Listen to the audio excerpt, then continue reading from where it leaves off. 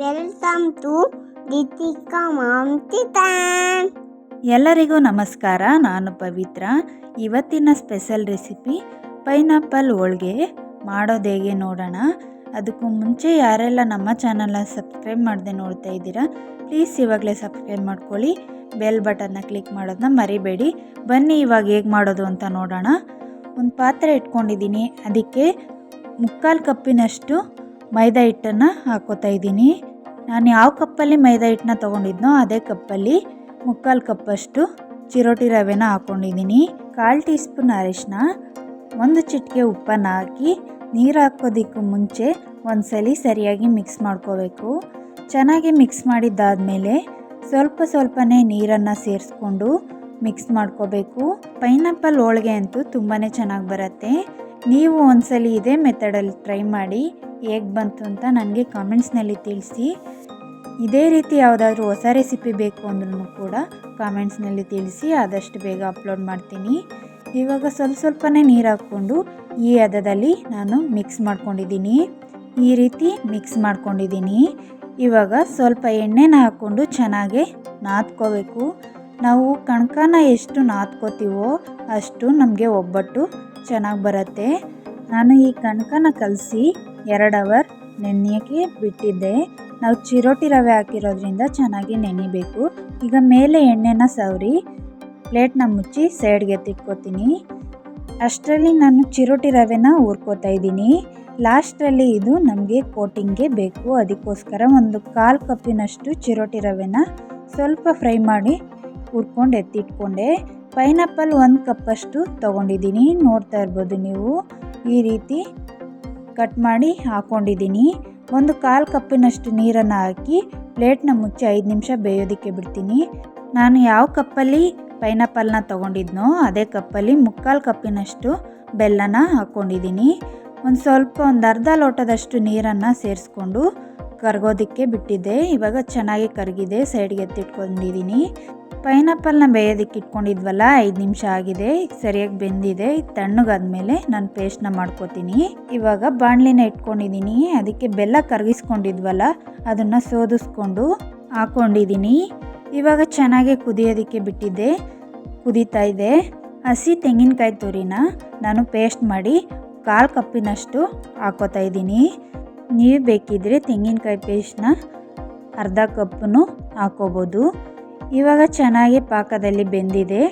ನಾವು ಪೈನಾಪಲ್ನ ಪೇಸ್ಟ್ ಮಾಡಿ ಇಟ್ಕೊಂಡಿದ್ವಲ್ಲ ಅದನ್ನು ಕೂಡ ಇವಾಗ ಸೇರಿಸ್ಕೊಂಡು ಗಂಟಿಲ್ದೇ ಇರೋ ರೀತಿ ಚೆನ್ನಾಗಿ ಮಿಕ್ಸ್ ಮಾಡ್ಕೋಬೇಕು.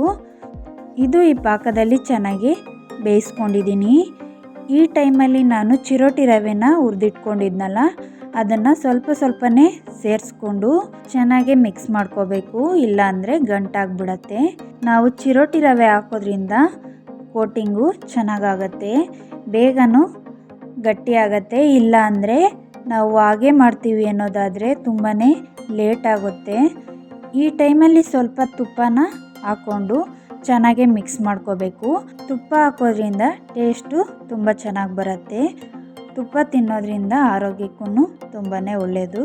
ಇವಾಗ ಚೆನ್ನಾಗಿ ಮಿಕ್ಸ್ ಮಾಡಿಕೊಂಡು ಒಂದು 5 ನಿಮಿಷ ಲೋ ಫ್ಲೇಮಲ್ಲಿ ಪ್ಲೇಟ್ನ ಮುಚ್ಚಿ ಇಟ್ಟಿದ್ದೆ. ನೋಡ್ತಾ ಇರ್ಬೋದು ನೀವು, 5 ನಿಮಿಷ ಆದಮೇಲೆ ಪ್ಲೇಟ್ನ ತೆಗೆದು ನೋಡ್ತಾ ಇದ್ದೀನಿ. ಈಗ ಫ್ಲೇಮ್ನ ಆಫ್ ಮಾಡ್ಕೋಬೇಕು. ಚೆನ್ನಾಗಿ ಮಿಕ್ಸ್ ಮಾಡಿ ತಣ್ಣಗಾಗೋದಕ್ಕೆ ಬಿಡ್ತೀನಿ. ನಾನು ಉಂಡೆ ಕಟ್ಟು ನೋಡ್ತಾ ಇದ್ದೀನಿ, ಬಿಸಿ ಇದ್ದಾಗ ಉಂಡೆ ಬರ್ತಾಯಿದೆ. ಈಗ ತಣ್ಣಗಾದ್ಮೇಲೆ ನೋಡೋಣ ಹೇಗೆ ಬಂದಿದೆ ಅಂತ. ನೋಡಿ ಎಷ್ಟು ಚೆನ್ನಾಗಿ ಬಂದಿದೆ ಅಂತ. ತಣ್ಣಗಾದ್ಮೇಲೆ ಉಂಡೆ ಕಟ್ಕೋತಾ ಇದ್ದೀನಿ. ನೀವು ಉಂಡೆ ಕಟ್ಟಬೇಕಾದ್ರೆ ಎಣ್ಣೆ ಅಥವಾ ತುಪ್ಪನ ಯೂಸ್ ಮಾಡ್ಬೋದು, ಆದರೆ ನಾನೇನು ಯೂಸ್ ಮಾಡಿಲ್ಲ. ನೋಡಿ ಕೈಗೆ ಒಂಚೂರು ಅಂಟ್ಕೋತಾ ಇಲ್ಲ.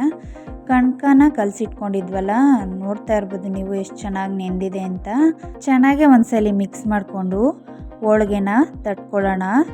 ಈ ಹೋಳಿಗೆ ಅಂತೂ ತುಂಬಾ ಚೆನ್ನಾಗಿರತ್ತೆ. ನಮ್ಮನೇಲಂತೂ ತುಂಬಾ ಇಷ್ಟಪಟ್ಟು ತಿಂದರು. ನೀವು ಒಂದ್ಸಲಿ ಟ್ರೈ ಮಾಡಿ ಮತ್ತೆ ಮಾಡ್ತಾ ಇರ್ತೀರಾ. ನಾನು ಒಬ್ಬಟ್ಟು ಪೇಪರ್ ಮೇಲೆ ತಟ್ಕೋತಾ ಇದ್ದೀನಿ. ನೀವು ಬೇಕಾದರೆ ಬಾಳೆ ಎಲೆ ಮೇಲೂ ತಟ್ಕೋಬೋದು. ಒಬ್ಬಟ್ಟನ್ನ ತಟ್ಕೊಳ್ಳೋಣ. ಈ ಪೈನಾಪಲ್ ಹೋಳಿಗೆ ಅಂತೂ ಮಕ್ಕಳಿಗೆಲ್ಲ ತುಂಬಾ ಇಷ್ಟ ಆಗುತ್ತೆ. ಹಬ್ಬಗಳಿಗೆಲ್ಲ ತುಂಬಾ ಈಸಿಯಾಗಿ ಸಿಂಪಲ್ಲಾಗಿ ಮಾಡ್ಕೋಬೋದು. ಹೋಟೆಲ್ ಸ್ಟೈಲಲ್ಲಿ ಮನೆಯಲ್ಲಿ ಹೇಗೆ ಮಾಡೋದು ಅಂತ ನೋಡಿದ್ರಲ್ಲ, ತುಂಬಾ ಚೆನ್ನಾಗಿ ಬರುತ್ತೆ. ಇವಾಗ ನಾನು ಎಲ್ಲ ಒಬ್ಬಟ್ಟನ್ನು ಇದೇ ರೀತಿ ತಟ್ಕೊಂಡು ಬೇಯಿಸ್ಕೊತಾ ಇದ್ದೀನಿ. ನಾನಿಲ್ಲಿ ಕೈಯಲ್ಲೇ ತಟ್ಕೋತಾ ಇದ್ದೀನಿ. ನೀವು ಬೇಕಿದ್ದರೆ ಲಟ್ಟಣಿಗೆಲ್ಲೂ ಕೂಡ ಲಟ್ಟಿಸ್ಕೊಂಡು ಮಾಡ್ಕೋಬೋದು. ಈಗ ನಾನು ತಟ್ಕೊಂಡಿದ್ದಾಗಿದೆ. ಪಕ್ಕದಲ್ಲಿ ಹೆಂಚನ್ನು ಕಾಯೋದಕ್ಕೆ ಇಟ್ಕೊಂಡಿದ್ದೆ. ಹೆಂಚು ಕಾದ್ಮೇಲೆ ನಾನು ಒಬ್ಬಟ್ಟನ್ನ ತಟ್ಕೊಂಡಿದ್ವಲ್ಲ, ಡೈರೆಕ್ಟಾಗಿ ಹೆಂಚು ಮೇಲೇ ಹಾಕ್ತಾಯಿದ್ದೀನಿ. ನೋಡಿ, ಮೇಲೆ ಒಂದು ಸ್ವಲ್ಪ ಎಣ್ಣೆನಾದರೂ ತುಪ್ಪನಾದರೂ ಹಾಕಿ ಎರಡು ಸೈಡು ಈ ರೀತಿ ಬೇಯಿಸ್ಕೋಬೇಕು. ನಾನಿಲ್ಲಿ ಎಲ್ಲ ಒಬ್ಬಟ್ಟನ್ನು ಇದೇ ರೀತಿ ಮಾಡಿಕೊಂಡು ಇಟ್ಕೊಂಡಿದ್ದೀನಿ. ಪೈನಾಪಲ್ ಹೋಳಿಗೆ ರೆಡಿಯಾಗಿದೆ. ನಾನು ಪ್ಲೇಟ್ಗೆ ಸರ್ವ್ ಮಾಡ್ಕೋತಾ ಇದ್ದೀನಿ. ಹೋಳಿಗೆಗೆ ಸ್ವಲ್ಪ ತುಪ್ಪ ಹಾಕ್ಕೊಂಡು ತಿಂದರೆ ತುಂಬಾ ಚೆನ್ನಾಗಿರತ್ತೆ. ಈ ವಿಡಿಯೋ ನಿಮಗೆ ಇಷ್ಟ ಆಗಿದ್ದರೆ ಲೈಕ್ ಮಾಡಿ, ಶೇರ್ ಮಾಡಿ, ಸಬ್ಸ್ಕ್ರೈಬ್ ಮಾಡ್ಕೊಳ್ಳಿ. ನೆಕ್ಸ್ಟ್ ವಿಡಿಯೋದಲ್ಲಿ ಸಿಗ್ತೀನಿ. Thanks for watching.